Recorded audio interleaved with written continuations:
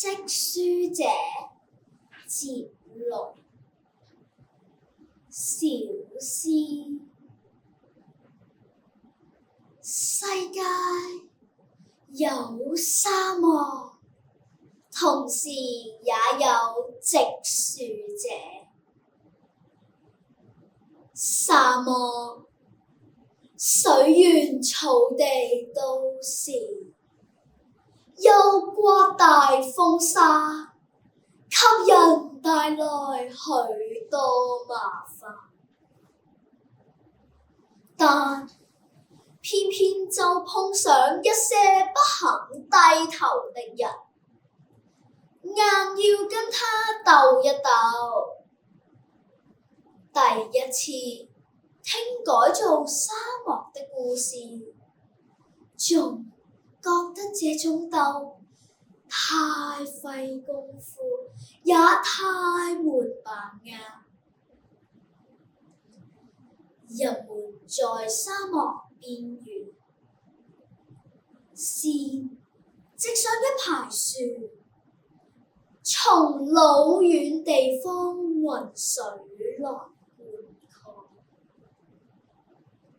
好容易等樹木的盤根混了，再向外多織一排，就這樣一排排樹木，漸漸入侵沙漠。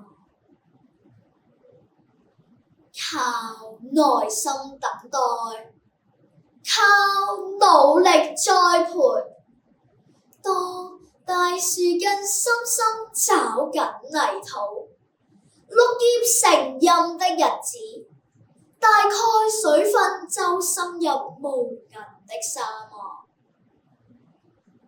但這還未算戰勝，幹了千萬年的沙漠，這些水分算不了什麼，必須再等待，再積聚。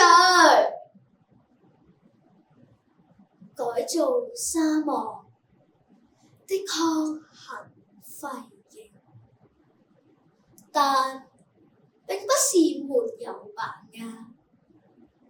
如果為了目前看不到成果，便說沒把握，那是我太短視、太急功近利的緣